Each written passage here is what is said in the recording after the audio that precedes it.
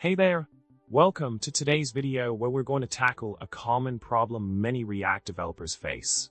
So imagine you're working on a project and you need to control a ref from a parent component, but the ref is buried deep within a child component. How do you solve this tricky problem? That's what we're here to discuss today. In the solution provided, we learned that you can use a context to pass your ref directly without having to use forward ref in every child component. This clever workaround saves you from having to refactor multiple components just to access a ref. By utilizing context, you can streamline the process and pass the ref where it's needed, making your code more efficient and maintainable. So, to sum it up, if you ever find yourself struggling to control a ref from a parent component in React, remember that context can be your best friend. It's a powerful tool that allows you to pass data down the component tree without the need for prop drilling or excessive ref forwarding.